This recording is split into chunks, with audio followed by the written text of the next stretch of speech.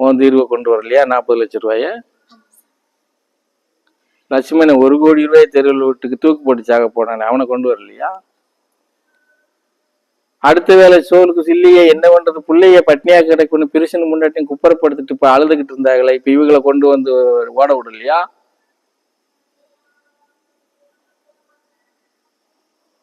எந்த விஷயம் நமக்கு கனமா இருக்குது, நம்பணும்ல.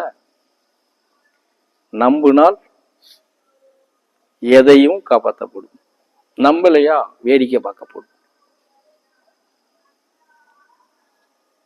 புரியுதா? கம்ப எடுத்துட்டு மகளை வெளுத்துருவேன் நம்புனேன்னு சொன்னீங்கன்னா. நீ நம்பி இருந்தால் இவ்வளவு கஷ்டத்துக்குள்ளயும் இவ்வளவு சங்கடத்துக்குள்ளயும் நீங்க பிரிசனு முண்டாட்டி ஆளாயிருக்க மாட்டீங்கம்மா. அது எங்களால ஆணித்தரமா சொல்ல முடியும், புரிஞ்சுக்கோ. வெளியில நாங்க நம்புறோம். அவர் கூட சொல்லுவாரு, நான் சாமியை நினைக்காத நாள் இல்ல, எங்க போனாலும் சாமியை பத்தி பேசுறாரு. இந்த பிரச்சனைக்கு நமக்கு இங்கதான் தீர்வு கிடைக்கும்னு என்னைக்காவது நம்பி இருக்காரா? சொல்லு.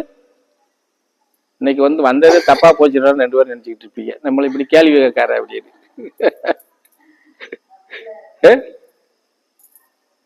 புரியுதா? எல்லாம் அவ்வளவுதான். இங்க எல்லாம் ஒண்ணும் நடக்காதாமா. குருவியார் சாமிக்கு திருவண்ணாமலை கிரிவலம் போனாத்தான் நடக்கும்னு போனாரு. இல்லப்பா, அந்த சாமி போகலையாக்குவான். திருவண்ணாமலைக்கு போயிட்டு வந்தாருமா.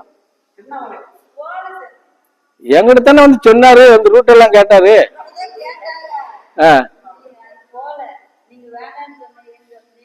நான் வேண்டான்லாம் சொல்லல, கிரிவலம் போய் என்ன வாங்கிட்டு வர போற சொல்லு சாமின்னு கேட்டேன்.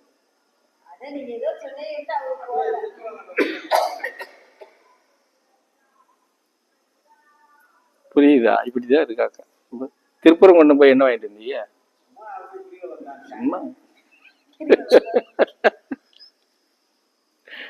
சிரிச்சுக்கிற வேண்டியது. அவங்க எல்லாம் பார்த்து நான் சிரிக்கத்தான் செய்யணும், வேற அழக்கூட செய்யக்கூடாது.